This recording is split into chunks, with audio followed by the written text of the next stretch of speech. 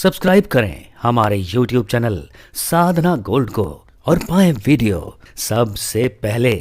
और हाँ, bell icon दबाना ना भूलें। माताएं बुरा ना माने। झगड़े का जो मूल है ना, जमीन जोरू जायदाद, ये सब झगड़े के मूल हैं। महाभारत झगड़े का मूल भी तो देवी ही बनी। राम रावण युद्ध का मूल भी देवी ही बनी। भगवान ने कहा इनमें झगड़ा तभी होगा जब हम देवा से देवी बन के आ जाएंगे। तो ठाकुर जी देवी बन गए, स्वैरिणी स्त्री बन गए भगवान। और महाराज जी ऐसे बन गए कि दैत्यों का झगड़ा खत्म हो गया। अरे बोले ये अमृत तो बेकार है, देखा ही नहीं तो कैसा काला पीला नीला कैसा है, यही सच्चा अमृत है। भगवान को चारों ओर से घेर लिया। बोले हम कश्यप जी के पुत्र हैं, वयम कश्यप दायादाह भ्रातर कृत पौरुषाह। हम कश्यप जी के बेटा हैं, भाई भाई हैं, बड़े पौरुष शक्ति से संपन्न हैं। अब विभजस्व यथा न्यायम, आप बंटवारा कर दीजिए। वो बंटवारा करवाना लक्ष्य नहीं था, इतनी मेहनत से प्राप्त वस्तु इसके हाथ में दे देंगे तो ये हमारे विश्वास में आ जाएगी, ये हम पे कितना भरोसा करते हैं। दे दिया। भगवान हंसने लगे, बोले एक बात कहें, तुम झूठ बोल रहे हो।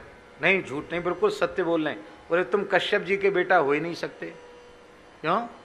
कथम कश्यप दायादा पुष्यल्यामयी संगता। अपने को कश्यप का बेटा बता रहे हो और मेरी जैसी स्त्री जिसका पता नहीं मैया कौन है, बाप कौन है, कौन से खानदान की है, कहां से आई है, कैसी है, कोई परिचय प्राप्त नहीं, उस स्त्री के हाथ में इतनी दुर्लभ वस्तु दे रहे हो। ये तो कश्यप जी के बेटों का लक्षण नहीं है। बोले तो तुमको विश्वास में लेने के लिए हमने ऐसा किया है, वैसे थोड़ी हम किसी को दे देते। भगवान ने कहा हमारे ऊपर विश्वास, बोला पूरा विश्वास है। भगवान ने हंस के कहा ज्यादा विश्वास करने वाला भी कई बार धोखे में पड़ता है, और कहीं धोखा हो गया तुम्हारे साथ तो भगवान ने पहले ही कह दिया, कहीं धोखा हो गया तो दैत्यों ने कहा ये हंस हंस के बोल रही है, ये धोखा कर ही नहीं सकती। दैत्य बोले आप जो कुछ भी करेंगी हमारे संग, उसमें हम तो आनंद से विभोर हो जाएंगे, बस आपकी कृपा दृष्टि हमारे ऊपर पड़ती रहे, आप मुस्कुराती रहो हमको देख के।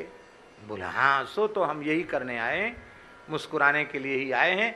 भगवान ने कहा देखो ऐसा है, हम अन्याय नहीं करेंगे, क्योंकि न्यायाधीश की गद्दी पर तुमने हमको बिठाया।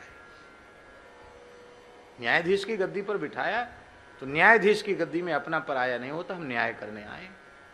हम सबको पिलाएंगे, पर पहले स्नान करो, स्नान करके सब नया यज्ञोपवीत धारण करो, स्वस्ति वाचन करो, ब्राह्मणों का पूजन करो। इसके बाद अलग अलग पंक्ति में बैठो, देवता अलग बैठे, दैत्य अलग बैठे, फिर मैं पिलाना। अब मेरी इच्छा में कहां से परोसना शुरू करती हूं। हाँ महाराज बिल्कुल ठीक है। अब भगवान परोस तो रहे थे देवताओं को अमृत, पिला रहे थे देवताओं को अमृत, और देख नहीं रहे थे देवताओं की ओर, देख रहे थे दैत्यों की ओर। मुस्कुरा जाते, देख लेते, बड़े बड़े नेत्रों से ऐसे ऐसे करते। वो सब दैत्य कहने लगे अरे ये मोहिनी जो देवी आई है ना, हमारे ऊपर लट्टू है गई। हाँ एकदम लट्टू हो गई, आसक्त हो गई है, कितने प्रेम से हमको देख रही है। अरे भार में जाए, चूल्हे में जाए अमृत, इसकी दृष्टि में ही अमृत है। बड़े प्रसन्न हो रहे हैं देवता दैत्य। पर उनमें एक सिंहिका का पुत्र राहु बैठा था, उसको बंगला भाषा की कहावत मालूम थी, अधिक भक्ति चोरेर लखन। ज्यादा भक्ति दिखावे तो सावधान हो जाना, कुछ ना कुछ चोरी होने वाली है, डकैती पड़ने वाली है। उसने सोचा अपने मन में कि ना हमारो रंग रूप अच्छो, ना हमारा स्वभाव अच्छो, और ऐसे काले कलूटन को देख के अभी इतनी प्रसन्न है रही है, और देवता सामने ऐसे जगमग करते हुए देवता बैठे हैं, इनकी तरफ नहीं देख रही है, जरूर हमारे साथ कोई ना कोई छल होने वाला है। वो चतुर था, उसने भांप लिया और वो देवता बन के इच्छा रूप धारण करने की सामर्थ्य राक्षसों में होती है, दैत्यों में होती। वो आकर के सूर्य चंद्र के बीच में देवता बन के बैठ गया। भगवान जानते हैं कि दैत्य है, फिर भी उन्होंने अमृत पिला दिया। क्यों? पंक्ति भेद नहीं करना चाहिए। पंक्ति में अपना दुश्मन बैठा हो तो भी उसको प्रेम से जिमाना चाहिए। भगवान ने उसको जिमाया। लेकिन जब शिकायत की सूर्य चंद्र ने, महाराज इसने आपके अनुशासन का उल्लंघन किया, ये तो दुष्ट दैत्य राहु है, भगवान ने सुदर्शन चक्र से उसका सिर काट दिया। पर अमृत पी चुका था इसलिए धड़ केतु हो गया और मस्तक सिर राहु हो गया। है तो असुर, पर पूजा कहां होती है? देवताओं में। नवग्रह की पूजा में राहु केतु की पूजा होती कि नहीं होती? दुष्ट व्यक्ति भी थोड़ी देर सज्जनों की पंक्ति में बैठ गया तो आज तक वह पूजित हो रहा है, दो टुकड़े होने पर भी पूजित हो रहा है।